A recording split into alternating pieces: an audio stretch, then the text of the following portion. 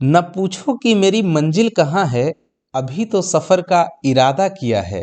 न हारूंगा, हौसला उम्र भर का, ये मैंने खुद से वादा किया है। नमस्कार, स्वागत है बच्चों एक बार फिर से आपका अपने ही यूट्यूब चैनल आपकी पाठशाला में। इस वीडियो में हम देखने वाले हैं dear, Jharkhand polytechnic entrance exam 2024 के लिए ये 2022 का क्वेश्चन पेपर है मैथमेटिक्स का। तो इसमें हम देखेंगे ये मैथमेटिक्स के जो काफ़ी इंपॉर्टेंट क्वेश्चन रखने वाले हैं और इसमें ये काफ़ी नई नई चीज़ें आपको देखने को मिलेंगी, अच्छे अच्छे क्वेश्चन भी हैं। एक चीज़ आपकी हमको बहुत अच्छी लगी कि वे बच्चे जो काफ़ी बेहतर ढंग से वीडियो को वॉच करते हैं और किसी किसी क्वेश्चन में मुझसे गलती भी हो जाती है, वीडियो शूट करते वक्त वन टाइम में ही रिकॉर्ड करना पड़ता है तो गलती हो जाती है, ऐसा नहीं है। लेकिन अच्छी बात ये लगती है कि आप उन गलतियों को पकड़ लेते हो और ईज़िली कमेंट करके बताते भी हो। तो ये मुझे देख के बहुत अच्छा लगता है कि मेरे बच्चे गलतियों को पकड़ रहे हैं। इसका मतलब है कि कहीं न कहीं वो बहुत ही एकाग्रचित होकर के और बेहतर ढंग से चीज़ों की समझ रख पा रहे हैं। इससे मुझे ये विश्वास होता है कि आप बेहतर परफॉर्मेंस करके आइएगा।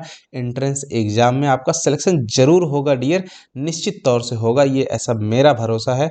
तो आपके अंदर भरोसा तो और ज़बरदस्त होना ही चाहिए। तो चलिए बिना देर किए हुए इस वीडियो को शुरू करते हैं और देखिएगा अंत तक, आपको इसमें बहुत ही नए नए इंटरेस्टिंग ज़बरदस्त क्वेश्चन देखने को मिलने वाले हैं। देखिए पहला ही जैसे क्वेश्चन है 29 नंबर में, 7 सेंटीमीटर व्यास के एक ठोस गोले को दो कह रहा है इसमें दो बराबर भागों में काट दिया जाता है। कुल पृष्ठीय क्षेत्रफल में कितनी वृद्धि वर्ग मीटर में होगी, है ना। क्या पूछा है, वर्ग सेंटीमीटर है, वर्ग यहाँ सेंटीमीटर लिखा हुआ इन सेंटीमीटर स्क्वायर। तो ये हमको बताना है कि इसका जो टोटल सरफेस एरिया है उसमें कितनी इंक्रीमेंट होगा, कितना। तो देखिए ये डायामीटर आपका दिया हुआ है 7 सेंटीमीटर, तो रेडियस यहाँ से कितनी बन जाएगी, 7/2 सेंटीमीटर बन जाएगी। और एक गोला है इस तरह से, इसको आधा आधा काट दिया गया, ये सेंटर है, इसका रेडियस है हमारी 7/2। तो इसका अगर हम चाहें टोटल सरफेस एरिया, तो सरफेस एरिया इसका कितना होता है, 4πr², राइट। जब इसको हम सेमी स्फेयर में काट देंगे तो दो इस तरह से बन जाते हैं, इनकी त्रिज्या भी वही है सेम, राइट। तो अब इसका जो टोटल सरफेस एरिया हो जाता है 3πr², इसका भी हो जाएगा 3πr²। तो इन दोनों का जब करेंगे टोटल सरफेस एरिया 6πr²। तो टोटल डिफरेंस या इंक्रीज कितना हुआ, हो जाता है आपका 6πr² minus 4πr² equal to 2πr²।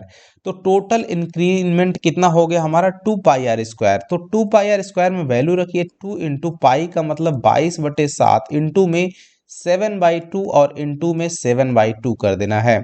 7 से ये 7 कट जाएगा, 2 से ये 2 डिवाइड हो जाएगा और 2 से ये 11 बार में कट जाएगा।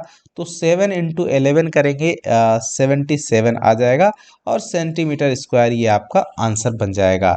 तो इस तरह के क्वेश्चन काफ़ी बेहतर रहते हैं डियर। इंजीनियरिंग का एंट्रेंस एग्जाम है तो जाहिर सी बात थोड़ा सा एप्लीकेशन बेस्ड के क्वेश्चन रहेंगे ही, ऐसा नहीं है। आपके यहाँ इसमें जो है मैंने देखा कि फैक्ट बेस्ड क्वेश्चन भी रहते हैं, वन वर्ड के क्वेश्चन, मतलब डायरेक्ट फार्मूला बेस्ड क्वेश्चन एक प्रकार से मैथ में कह सकते हैं, और फैक्चुअल क्वेश्चन जो होते हैं आपके फिजिक्स और केमिस्ट्री में भी देखने को मिलेंगे। 30 नंबर का क्वेश्चन देखिए, 90 सेंटीमीटर की परिधि है ना, और 20 सेंटीमीटर चौड़ाई वाला एक आयत कह रहा है। आयत यहाँ पे देखिए इस तरह से मान लीजिए आयत है आपका 20 सेंटीमीटर, ये चौड़ाई की बात कर रहा है, ये 20 सेंटीमीटर है और लेंथ l है। तो देखिए l प्लस का b, ये 2 टाइम्स कर देंगे तो ये हमारी परिधि आती है जो कि दी हुई है 90 सेंटीमीटर। अब यहाँ से इसको 2 से डिवाइड करिए तो ये आता है l प्लस का b इक्वल टू 45 सेंटीमीटर। अब यहाँ से चूंकि b दिया हुआ है हमारा 20, तो l इक्वल टू हो जाएगा 45 माइनस का 20। अब इसमें से देखिए तो क्या हो जाएगा, 25 सेंटीमीटर। तो लेंथ हमारी कितनी आ गई, 25 सेंटीमीटर। ब्रेथ है कितनी हमारी, 20 सेंटीमीटर। सो अब एरिया क्या बन जाएगा, लेंथ इंटू ब्रेथ, यानी लंबाई गुणे चौड़ाई। सो यहाँ पे 20, लंबाई कितनी है 25 और गुणे में 20 कर देना है। तो देखिए 20 पंचे 100 बचता है 10, और फिर 20 दूनी 40, 10 50, ये हो जाएगा 500 और सेंटीमीटर स्क्वायर आपका सही आंसर बन जाएगा, ऑप्शन ए, राइट। और देखते रहिएगा ध्यान से, गौर से। ऐसा नहीं है, मैं भी समझा ही रहा हूँ, कई कई बार जो है चीज़ें समझ में आने के बावजूद भी वहाँ पे गलती हो जाती है, ऐसा नहीं है। तो ठीक है, फिलहाल मुझे आपको कॉन्सेप्ट समझाना रहता है। और देखिए अगला क्वेश्चन है 31। आपको पैटर्न समझ में आना चाहिए और उस तरीके का जो कॉन्सेप्ट है वो क्वेश्चन किस तरह से बनेगा। ठीक है, चलिए देखते हैं। 154 सेंटीमीटर स्क्वायर पृष्ठ क्षेत्रफल वाले गोले का व्यास आपको पूछ रहा है इसमें। तो इसका जो सरफेस एरिया होता है 4 पाई r²। गोला कह रहा है तो टोटल सरफेस एरिया यही होगा, जो कि दिया हुआ है 154 सेंटीमीटर स्क्वायर। अब यहाँ से इसको डिवाइड कर सकते हैं या फिर आप डायरेक्ट वैल्यू रखिए 22/7 और इंटू में r² बराबर 154। अब 154 22 से ये 7 बार में डिवाइड हो जाएगा, 22 सत्ते 154। अब यहाँ से क्या करेंगे, r² बराबर 7 इंटू 7 और बाई में 4 हो जाएगा। तो r इक्वल टू क्या बन जाएगा, 7/2 सेंटीमीटर। तो 7/2 सेंटीमीटर मतलब क्या होगा, 3.5 centimetre. Option number A will be correct dear. चलते हैं अगले क्वेश्चन की तरफ। कितना खूबसूरत क्वेश्चन है, देखिए 32, जो सबसे पहला क्वेश्चन बताया था हमने ऊपर में, वही क्वेश्चन सेम यहाँ क्वेश्चन दिया हुआ। कॉन्सेप्ट देखिए, क्वेश्चन वही है, यानी कि कॉन्सेप्ट सेम कॉन्सेप्ट पर ये क्वेश्चन है। कैसे करना है चलिए देखते हैं। इसमें क्या कहा, 7 सेंटीमीटर आधार की त्रिज्या है, 20 सेंटीमीटर ऊंचाई है ना। आधार की त्रिज्या r बराबर है 7 सेंटीमीटर और ऊंचाई h बराबर है हमारी 20 सेंटीमीटर। ऐसे लिख लेना है। ऊंचाई वाले एक ठोस बेलन है ना, एक ठोस बेलन है। तो देखिए ठोस बेलन यहाँ पे इस तरह से हम अगर बना देते हैं, यहाँ पे ये ठोस बेलन हो गया इस तरह से, जिसकी आधार की त्रिज्या यहाँ पे दी हुई है, ये r है और इसकी ये ऊंचाई है, ये है h। राइट, अब इसको कह रहा है इसने कि इसकी ऊंचाई के अकॉर्डिंग, है ना, तो उसकी ऊंचाई से द्विभाजित कर दिया गया। मतलब यहाँ से इसको ऐसे जब काट दिया जाएगा तो इसका टोटल, पहले इस बेलन का टोटल सरफेस एरिया, टोटल ही पूछा है ना, कुल पृष्ठीय, बिल्कुल टोटल सरफेस एरिया इसका क्या होता है, पाई r² h प्लस, सॉरी यहाँ ये वॉल्यूम लिखा गया, ऐसे ही गलती होती है, 2 पाई r h है ना। परिधि में हाइट दे देंगे तो लेंथ इंटू ब्रेथ, यानी कि हो जाएगा एरिया, प्लस का ये वाला सरफेस एरिया और ये सरफेस सर्कुलर एरिया है, तो 2 पाई r² बन जाएगा। 2 पाई r कॉमन, तो h प्लस का r, ये आपका टोटल सरफेस एरिया बन जाता है किसका, इस बेलन का।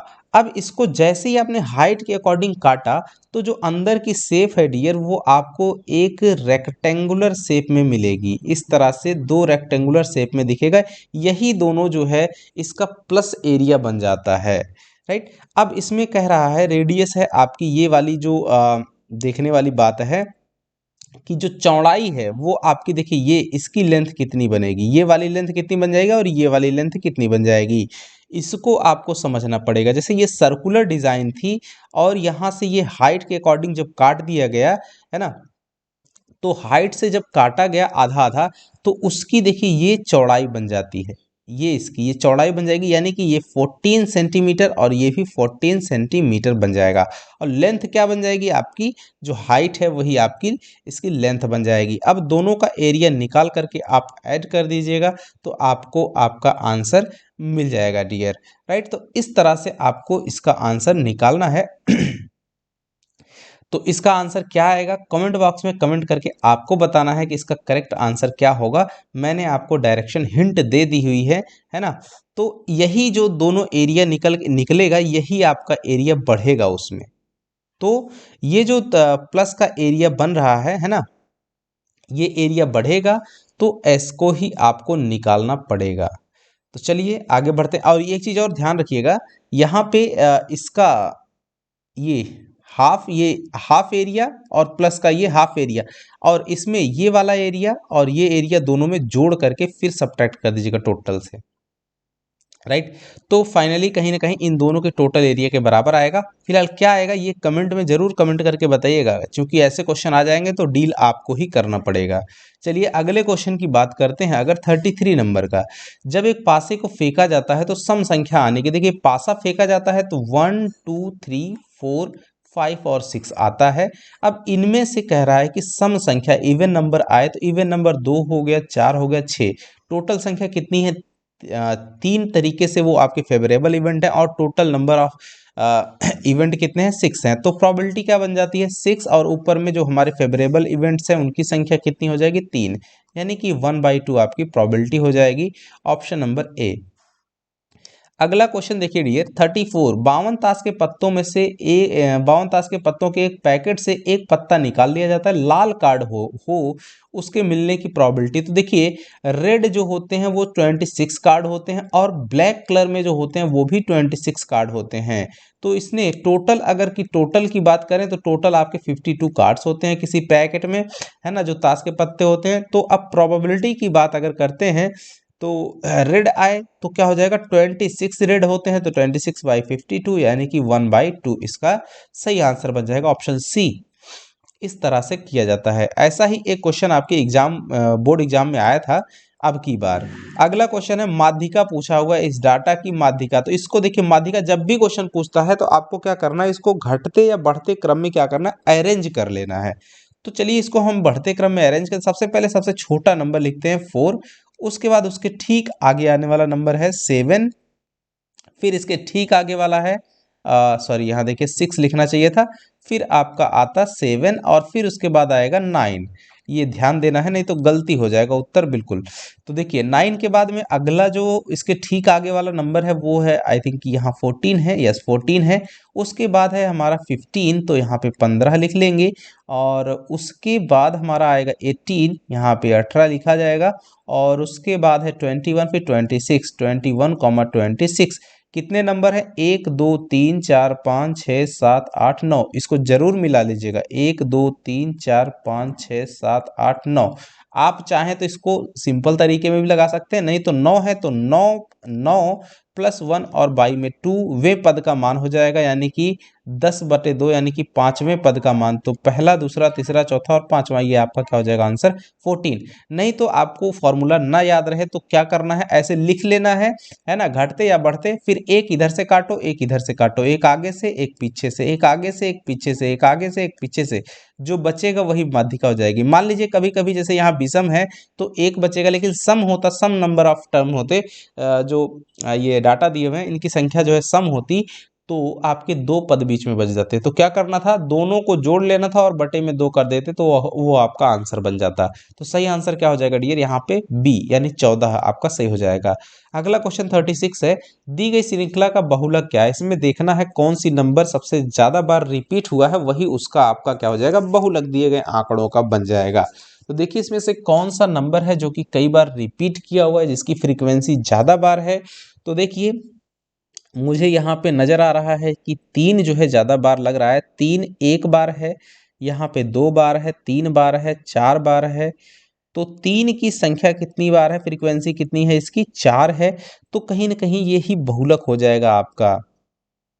देखिए 6 एक बार है, 2 बार है ना, ये 9 है, 9 भी 2 बार है आपका। और तो कोई नंबर नजर नहीं आ रहा। 7 भी आपका 2 बार है।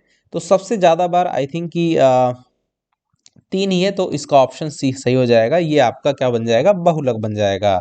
अगला क्वेश्चन है डियर, साइन ए बराबर 24/25, तो tan a बटे cos a का मान क्या होगा? देखिए एक ट्रायंगल बना लीजिएगा ऐसे में। एक क्वेश्चन हम ऐसे आपको बताना भूल गए थे, मैंने कहा था कि आपको जब भी ऐसा दिया रहता है tan a करके दिया रहेगा तो sin a बटे cos a लगा लीजिएगा, है ना। लेकिन फिलहाल एक जगह किसी वीडियो में मेरा वो क्वेश्चन गलत हो गया था। क्यों वहाँ ऐसा था? क्योंकि वो जो रेशियोज थे वहाँ पे 1 प्लस करके कुछ लिखा हुआ था, जिस वजह से गलती थी। अगर वो cos प्लस साइन करके लिखा रहता है, cos माइनस साइन, तो वो मेरा तरीका बिल्कुल 100% राइट था। फिलहाल इस क्वेश्चन को देखेंगे। ये मान लीजिए ये आपका ए है, ये बी है और ये सी है, ये 90 डिग्री का कोण है। तो ये कह रहा है लंब बटे कर्ण, लंब इसका कितना हो जाएगा? ये आपका 24, ये 25, तो ये आपका बन जाएगा 7, राइट। कैसे? पाइथागोरस प्रमेय लगा दीजिएगा तो आ जाएगा। 25 24 है तो ऑटोमेटिक तीसरा नंबर 7 होगा, क्योंकि ये तीनों पाइथागोरियन ट्रिपलेट से रिप्रेजेंट करते हैं। अब यहाँ पे हमको चाहिए tan a बराबर लंब बटे आधार यानी कि 24/7 और बटा किसका लगा देना है? cos a। कॉस ए का मान क्या होता है, आधार बटे कर्ण। आधार कितना है 7/25, 7/25। अब जैसे ही 25 गुणे 24 आ जाएगा, देखिए 25 और गुणे में 24 और बटे में क्या बन जाएगा, 7×7 = 49। तो 25 गुणे 24 बटे में 49 है कहीं पे एक ही में, ऑप्शन नंबर बी में दिया हुआ है 24 गुणे 25 बटे में 49 सही हो जाएगा। अगला है कॉट 210 डिग्री का मान। ये काफी अच्छे क्वेश्चन है, इस तरह का क्वेश्चन जरूर आ जाता है डियर। तो देखिए इसको क्या लिखेंगे, 210। सबसे पहले कोण को आपको अरेंज करना होता है, तो इसको हम लिख सकते हैं 180 + 30 डिग्री, राइट। तो यानी कि पाई और प्लस का 30 डिग्री। तो अब हमको यहाँ पे लगाना है, तो इसको लिख सकते हैं कॉट, क्या लिखा हुआ 210, तो इसको लिखेंगे हम पाई प्लस का 30 डिग्री बराबर। अब यहाँ पे देखना है, यहाँ पे मैं आपको एक सिस्टम बताता हूँ, ASTC रूल जो होता ही है। अब उसके बाद देखिए π/2 ± थीटा जो भी है, इसके साथ में जो रेशियोज होते हैं वो चेंज होते हैं, जबकि पाई प्लस माइनस थीटा के साथ में जो रेशियो होते हैं वो नॉट चेंज लिख सकते हैं, कि वो चेंज नहीं होते। चेंज का मतलब क्या, कि साइन जो है वो कॉस में, कॉस जो है साइन में, टेन कॉट में, कॉट टेन में, इस तरह से सेक कॉसेक, कॉसेक सेक में ये बदलते हैं, वो चेंज होने का मतलब हुआ। और यहाँ पे जो पाई प्लस माइनस थीटा अगर लिखा हुआ है, तो यहाँ पे पाई प्लस थीटा, इसका मतलब कॉट जो है वो चेंज नहीं होगा, कॉट का कॉट ही रहेगा। लेकिन पाई प्लस थीटा है, ये किस क्वाड्रेंट में जाएगा, तो यहाँ पे देखिए ये π/2 होता है, ये पाई होता है, तो पाई में जरा सा कुछ जुड़ेगा तो वो आपका आ जाएगा थर्ड क्वाड्रेंट में। किस में आ जाएगा, थर्ड में। थर्ड में टेन और उसका अपोजिट पॉजिटिव होते हैं, बाकी सभी नेगेटिव होते हैं। AST, इसमें टी आता है, तो T for ten and it's opposite, तो अपोजिट होता है कॉट। कॉट भी इसका मतलब पॉजिटिव रहेगा, यानी कोई साइन बदलाव नहीं होने वाला है। कॉट अब क्या होगा, थीटा लिख देना, यानी कि 30 डिग्री। तो टेन 30 का मान कितना होता है, √3, तो कॉट 30 का मान हो जाएगा 1/√3। तो इसमें ये आंसर बन जाएगा, option number A will be correct. तो इस तरह से आपको जब भी किसी बड़े कोण का मान निकालना होता है किसी खास त्रिकोणमिति के लिए, त्रिकोणमिति अनुपात के लिए, तो इस तरह से निकाला जाता है। ये फॉर्मूले काफ़ी बेहतर तरीके से वर्क करते हैं, आपको ये कॉन्सेप्ट समझ में आना चाहिए। आगे देखिए 39 नंबर का क्वेश्चन काफ़ी थोड़ा डिफरेंट किस्म का क्वेश्चन है। ऐसा क्वेश्चन तो आप देखे नहीं है फिलहाल, लेकिन सीख जाइए, ये याद रखिए जो मैं फार्मूला यहाँ पे बताने वाला हूँ। जैसे अगर कोई बहुभुज है, यहाँ पे कह रहा है नियमित बहुभुज, यहाँ देखिए रेगुलर पॉलीगन। पॉलीगन का मतलब होता है जिसमें कई सारी भुजाएं हों, लेकिन अगर रेगुलर कह देगा तो इसका मतलब वो जो कई सारी भुजाएं हैं, ऐसी आकृति जिसमें बहुत सारी भुजाएं हों, तो वो बहुत सारी भुजाएं कैसी होनी चाहिए जब रेगुलर बोलेगा।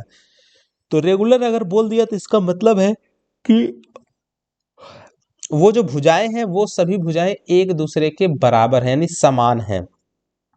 तो समान भुजाओं वाली कोई आकृति है तो, और मिनिमम जो पॉलीगन बनता है डियर, वो कम से कम उसमें 3 भुजा होनी ही चाहिए, और 3 भुजाओं से कम वाला कोई पॉलीगन बहुभुज नहीं बन पाता है। जैसे त्रिभुज हो गया, चतुर्भुज हो गया आपका, ये सब पॉलीगन है। पंचभुज हो गया, इस तरह से ये सब पॉलीगन है। अब इसी में कह रहा है, जैसे ये त्रिभुज है, इसका ये कोण x है, तो ये वाला कोण कितना हो जाएगा 180 डिग्री, और माइनस का x बन जाएगा, है ना। तो ये आपका ये बनता है एक्सटीरियर एंगल, और ये x जो है वो आपका इंटीरियर एंगल है, राइट। इसमें यही कह रहा है नियमित बहुभुज का प्रत्येक आंतरिक कोण, है ना, और इसमें भुजाओं की संख्या कितनी है, इसमें भुजाओं की संख्या है 3। तो ऐसे इसने कहा नियमित बहुभुज का प्रत्येक आंतरिक कोण बाहरी कोण से 120 डिग्री अधिक है, तो बहुभुज में कितनी भुजाएं, मान लेते हैं कि n भुजाओं वाला बहुभुज है, राइट। तो इसकी जो भुजाएं हैं, है ना, भुजाओं की संख्या और इसके आंतरिक कोण और बाह्य कोण में रिलेशनशिप होती है। तो नोट करके इसको लिख लीजिएगा जो मैं आपको बताने चल रहा हूं। अगर किसी बहुभुज में n भुजाएं हैं, n क्या है, भुजाओं की संख्या, n भुजाएं हैं, तो इसके आंतरिक कोण और बाह्य कोण का मान क्या होगा, तो आपको इंटीरियर एंगल की अगर हम बात करते हैं, तो आंतरिक कोण होता है n-2 इंटू में 180 डिग्री और बटे में n, जबकि एक्सटीरियर जो एंगल होता है ना, एक्सटीरियर एंगल उसका मान होता है 360 डिग्री बाई में n। याद रखिएगा, कभी बाह्य कोण तो कभी अंतः कोण पूछ लेगा।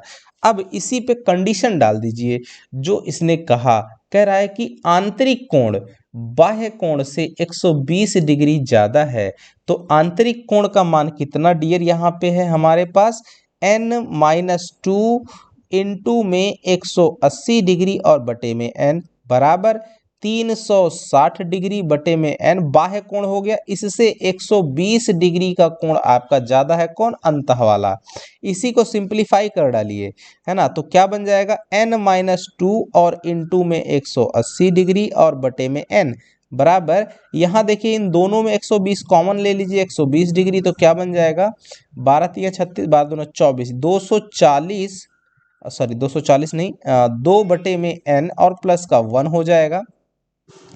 अब ये 0 से 0 डिग्री कटेगा, ये देखिए 6 दूनी 12 और 6 त्रिक 18, तो ये बन जाएगा 3/2 इंटू n-2 बराबर, इसको ऐड करिएगा तो 2 प्लस का n और बटे में n से यहाँ पे नीचे में n भी था डियर, n से n रिमूव हो जाएगा, तो यहाँ बचेगा क्या आपका, देखिए मैं थोड़ा सा यहाँ पे लिखता हूँ ये साइड में, तो बचेगा यहाँ से 3/2 इंटू में n-2 और बराबर 2 प्लस का n, क्रॉस मल्टीप्लाई कर दीजिए तो क्या बन जाएगा 3n-6 बराबर 2 दूनी 4 और प्लस का यहाँ से आपका मिल जाएगा,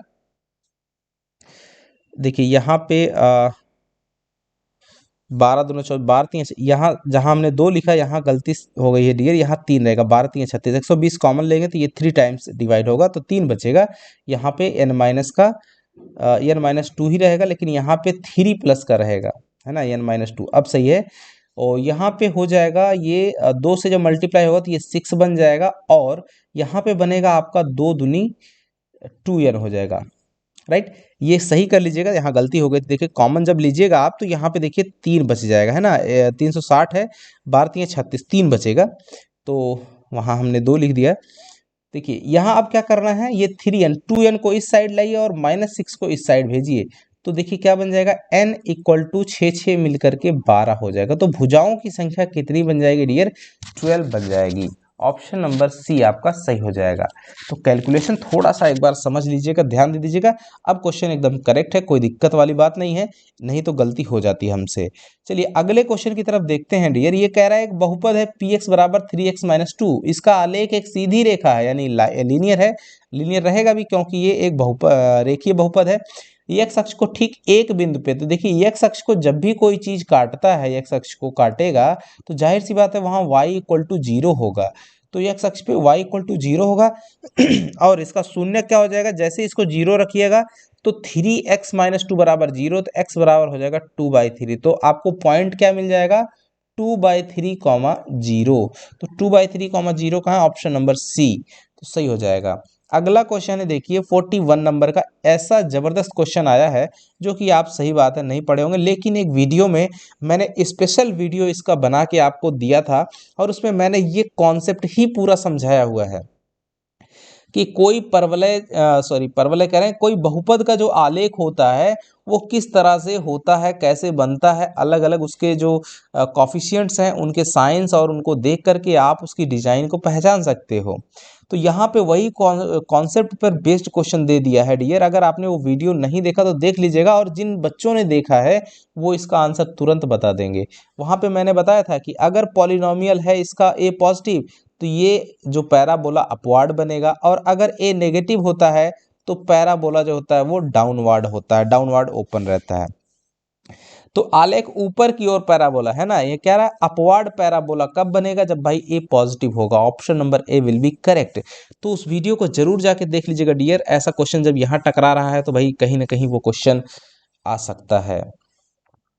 अगला 42 नंबर का क्वेश्चन देखिए, बहुपद है fx = दिया हुआ है, इसके शून्यकों का योग दिया हुआ है 6। ये देखिए त्रिघाती बहुपद है, तो इसके जो जीरोज होंगे अल्फा बीटा गैमा मान लेते हैं, इनका योगफल alpha plus beta plus gamma minus b/a होता है। क्या होता है, माइनस b/a, तो माइनस b कितना है यहाँ पे, -3 के, और बटे में a कितना है आपका 2, तो कितना आ गया माइनस माइनस प्लस हो जाएगा, 3k और बटे में 2 आ गया। और दिया हुआ है कि योग कितना है, 6 है, तो इसकी जगह पे 6 लिख देंगे। सो 6 3 से 2 बार में कट गया तो k इक्वल टू आ गया 2 2 जब 4, तो 4 आ जाएगा आपका इसका सही आंसर ऑप्शन बी, राइट। तो ये आपका सही हो जाएगा डियर, ऐसे करना होता है। अगला क्वेश्चन है, एक द्विघात बहुपद जिसके शून्यकों का योग, मान लीजिए शून्यक अल्फा और बीटा है, तो अल्फा प्लस बीटा क्या दिया हुआ है 2, और अल्फा इंटू में बीटा क्या दिया हुआ है 1। अब आपको कुछ भी नहीं करना है, इसको दो तरह से, चाहे तो यहाँ ऑप्शन से चेक कर लीजिए, नहीं तो आप निकाल भी सकते हो। फिलहाल ऑप्शन से चेक कर लीजिएगा, मच बेटर रहेगा। तो देखिए क्या होता है इसमें, माइनस बी बाई ए होता है, तो माइनस इंटू -2 और बटे में ए यानी कि 1 आपका हो जाएगा 2, शून्यकों का योग। गुणनफल क्या होता है, सी बाई ए यानी 1/1 इक्वल टू 1। ऑप्शन ए ही आपका सही हो जाएगा, राइट। और निकालते कैसे हैं वो जरा देख लीजिए। मान लेते हैं कि वो बहुपद है आपका A X square plus B X plus का सी, ये हमारा वो बहुपद है पी एक्स। अब इसके शून्यकों का योग क्या होता है, माइनस बी बाई ए कितना दिया हुआ है आपका 2, और सी बाई ए कितना होता है, वो होता है आपका यहाँ दिया हुआ 1। गुणनफल होता है मूलों का, शून्यकों का गुणनफल तो होता है 1, तो 1/1 लिख सकते हैं, 2/1 लिख सकते हैं। तो a बराबर कितना आ गया 1, और उसके बाद b बराबर आपका -2 आ गया आपका, और c बराबर भी आपका 1 आ गया। a b c के ये जो वैल्यूज हैं इसमें उठा करके बहुपद के मान में रख दीजिए, तो आपको मिल जाएगा। देखिए पी एक्स जो बहुपद है बराबर, a बराबर 1 है तो एक्स स्क्वायर, b बराबर -2 तो -2x प्लस का 1, ये आपका मिल जाएगा। और देख लीजिए यही आपका ऑप्शन ए में दिया भी हुआ है। तो इस तरह से मैंने आपको दोनों तरीके बता दिए डियर। तो आपको कॉन्सेप्ट भी समझ के रखना बहुत जरूरी होता है। जितने ज़्यादा तरीके आपके पास रहेंगे उतना ही इजीली आप वहाँ पे क्वेश्चन को कम समय में सॉल्व कर पाइएगा। अब देखिए ये क्वेश्चन है, इसमें भी शून्यकों का योग और गुणनफल पूछा है। तो देखिए इसमें जो b है वो 0 है, तो योगफल क्या हो जाएगा, अल्फा प्लस बीटा आपका बन जाएगा माइनस बी बाई ए, तो b कितना है 0 है, तो 0/6 इक्वल टू 0 हो जाएगा। यानी योगफल कितना होगा 0, सभी में 0 दिया हुआ कोई बात नहीं है। अब गुणनफल निकाल लेंगे, alpha into beta c by a, c कितना है माइनस का 5/6, तो देख लीजिए -5/6 किस में है, तो डी वाले में दिया हुआ, ऑप्शन डी आपका सही हो जाएगा। अगला क्वेश्चन है, a बराबर दिया हुआ है 10, तो d बराबर d भी 10 है, तो पहले 4 पद हैं भाई, पहला नंबर तो 10 ही हो जाएगा, दूसरा 10 10 जोड़ते जाइए, 10 हो गया तो 20 हो जाएगा, फिर अगला 30 हो जाएगा, फिर 40 हो जाएगा, तो यही प्रथम 4 पद हो जाएंगे, 10 20 30 40, option B will be correct. अगला क्वेश्चन है डियर, एक एपी दी हुई है, इसका कौन सा पद 78 है, तो मान लेते हैं कि एनवा पद यानी कि an इक्वल टू आपका 78 है। अब फॉर्मूला लगा दीजिए, a plus n-1 into D, a इतना है 3 और d कितना है 8 - 3 यानी कि 5, तो क्या लिखेंगे यहाँ पे 3 प्लस का n-1 और इंटू में 5, वैल्यू रखिए, सब्ट्रैक्ट करिए, ये आपका घटा दीजिए, तो ये आ गया 75 इक्वल टू 5 इंटू में n-1, 5 से देखिए 5 के बाद 15 × 5 = 75 है ना, 5 × 5 और 2 × 5 = 25, ठीक है, n-1, तो n बराबर आपका 15 और 1 16 आ जाएगा। तो यहाँ पे 16वां पद इसका सही आंसर हो जाएगा, ऑप्शन नंबर डी। आगे बढ़ते हैं अगले क्वेश्चन की तरफ। 47 नंबर, यदि किसी एपी का दूसरा पद 13 और पांचवा पद 25 है, तो इसका सातवां पद है ना, दूसरा पद कह रहा है तो a प्लस का d कितना हो गया आपका 13 है, और दूसरा कह रहा है कि पांचवा पद यानी कि a प्लस का 4d कितना दिया हुआ 20 का 5 है, और ये इसको सब्ट्रैक्ट कर दीजिए, तो आपको देखिए क्या मिल जाएगा, a डिवाइड कट जाएगा, और यहाँ से 3d इक्वल टू 25 में से 13 तो 12, तो d इक्वल टू 3 चौके 12 4 आ जाएगा। अब सातवां पद की बात करें, डी बराबर 4 है, तो ए का मान कितना हो जाएगा, तो देखिए ए बराबर आपका मिल जाएगा 13 - 4, तो आ जाएगा 7, तो ए बराबर हमको मिल गया 7, राइट। अब हमको क्या चाहिए, सातवां पद चाहिए, यानी कि ए 7 चाहिए, तो ए प्लस का 6d हो जाएगा। ए कितना है 7 प्लस का 6 यानी 6 चौक 24 हो जाएगा, और 7 4 11 31 आ रहा है डियर, कैसे 31 आ रहा है, और यहाँ पे d बराबर 4 देख लीजिएगा, 25 - 13 तो 12 आएगा, d बराबर 3 चौके 12, d बराबर 4 आएगा, 4 9 4 13, यस यहाँ गलती हो गई डियर, 9 4 13 होगा। देखिए यही थोड़ी थोड़ी गलतियां होती हैं, तो यहाँ पे 9 रहेगा और 24, और यहाँ पे हो जाएगा 9 4 13 33 हो जाएगा, राइट। क्या सही होगा, 33 आपका करेक्ट होगा। देखिए थोड़ी सी हमसे गलती हो रही थी यहाँ पे, है ना, सब्ट्रैक्ट करते वक्त, तो ये सब चीज़ें हो सकती हैं, ऐसा नहीं है। आगे देखते हैं अगले क्वेश्चन की तरफ। 48 नंबर का क्वेश्चन है। देखिए ये दिया हुआ तीन संख्याओं का योग दिया हुआ 9 और तीनों के जो आपस में मल्टीप्लिकेशन करके हैं वो मल्टीप्लिकेशन है 23।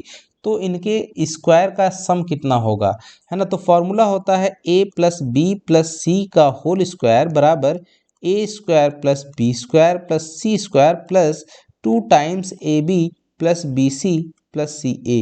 बस इसको हमको निकालना है वैल्यू, सॉरी यहाँ इसकी वैल्यू निकालना है। तो क्या करेंगे, ये देखिए इसका मान कितना है 9, 9 का स्क्वायर क्या बन जाएगा 81 equal to A square plus B square plus का सी स्क्वायर प्लस 2 गुना ये कितना दिया हुआ है आपका 23 है। तो बाई 23 दूना 46। तो ए स्क्वायर प्लस का बी स्क्वायर प्लस का सी स्क्वायर बराबर 81 माइनस का 46 सब्ट्रैक्ट करिएगा तो क्या आ जाएगा a square plus B square plus c square बराबर, देखिए 11 में से 6 जाएगा तो 5 बचेगा और यहाँ पे बचता है आपका 7 में से 4 जाएगा तो 3 बचेगा, यानी 35 आपका करेक्ट आंसर हो जाएगा ऑप्शन ए। राइट, इस तरह से आपको ये सॉल्व करना होता है और ये आपका जो सर्वसंख्या वाला चैप्टर है एक प्रकार से क्लास 9 के लेवल का क्वेश्चन है। अगला क्वेश्चन है 49। देखिए ये तो इससे हल्का क्वेश्चन हमको लगता है, इसमें कोई नहीं होगा। शून्यकों की संख्या एफ के लिए शून्यकों की संख्या तो 1 2 और 3 शून्य कितने हो जाएंगे 3। ये आपका जो जैक बोर्ड में क्वेश्चन आता है वही क्वेश्चन बन गया है। ये 50 नंबर का क्वेश्चन है, काफ़ी ज़बरदस्त और अच्छा क्वेश्चन है। इसने क्या कहा, अ सिस्टम ऑफ, हिंदी में थोड़ा सा नहीं सही बैठेगा, a system of 3 linear equations in 3 variable is consistent if their planes, है ना, यहाँ पे विमान लिखा हुआ है, ऐसा कुछ नहीं है, प्लेन है। तो प्लेन का मतलब होता है तल, जैसे इस तरह से ये एक प्लेन हो गया आपका। ऐसे ही 3 प्लेन्स होते हैं जो आपका मान लीजिए a x plus b y plus c z और प्लस का डी इक्वल टू 0। तो ये एक इक्वेशन है ना, किसका, इस प्लेन का। और ये कैसा है, linear equation in 3 variable. Right, तो अगर 3 वेरिएबल का कोई लीनियर इक्वेशन है तो वो क्या रिप्रेजेंट करता है, एक प्लेन रिप्रेजेंट करता है 3 डायमेंशन में। तो ऐसे ही कह रहा है कि ये 3 इक्वेशन है ना, system of 3 linear equations in 3 variable. ये कंसिस्टेंट का मतलब है, सॉरी यहाँ गलती हो रही है, कंसिस्टेंट नहीं है, इनकंसिस्टेंट है, यानी कि असंगत, हिंदी में कहते हैं असंगत इनकंसिस्टेंट, इसका मतलब कि नो सॉल्यूशन होना चाहिए। इनकंसिस्टेंट का मतलब नो सॉल्यूशन है, और नो सॉल्यूशन का मतलब है कि ये जो प्लेन है अगर हम इनको ड्रॉ करते हैं तो ये तीनों प्लेन आपस में एक दूसरे के टच में यानी इंटरसेक्ट नहीं करेंगे। तो राइट, तो इनके जो इनका ग्राफ है, ये जो प्लेन होगा वो एक दूसरे को इंटरसेक्ट नहीं करेगा। कब, जब ये असंगत होंगे तब। अगर ये एक दूसरे को इंटरसेक्ट करते तो इनका सॉल्यूशन एग्जिस्ट करता, और अगर एक दूसरे पे क्या होते, इंटरसेक्ट इन अ लाइन, एक लाइन में इंटरसेक्ट करते तो इनफाइनाइटली मेनी सॉल्यूशंस होता, और कॉन्साइड विद ईच अदर, एक दूसरे पे ही रहते तो भाई फिर जो है इनफाइनाइटली मेनी सॉल्यूशंस फिर भी होता। तो इसमें do not intersect option number D आपका करेक्ट हो जाएगा। तो ठीक है डियर, आपको मुझे उम्मीद है कि आपको ये वीडियो काफ़ी रोचक और अच्छा लगेगा।